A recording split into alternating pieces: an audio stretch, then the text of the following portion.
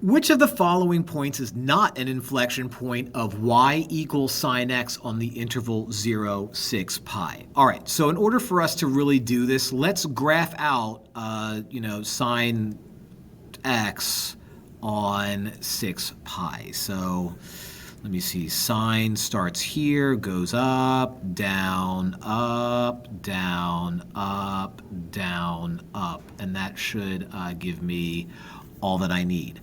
All right, 6 pi, remember, sine has a period of 2 pi. So I need 3 of these in order to get to 6 pi. So you would be 2 pi, you would be 4 pi, you would be 6 pi. So you would be pi, 3 pi, 5 pi. Now the inflection points happen right there on the x-axis.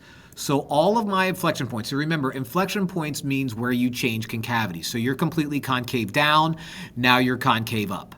Now you're concave down, now you're concave up. Now you're concave down, now you're concave up. I can include 0 and 6 pi, so my inflection points for this guy are all the pi's and 0. So 0, pi,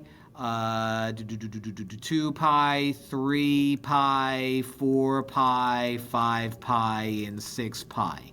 Looks like I'm writing these out as points, so as long as it's an integer pi, I'm good. So you're an inflection point, you're an inflection point, you're an inflection point, you ain't. Okay, pi over 2 lives right there.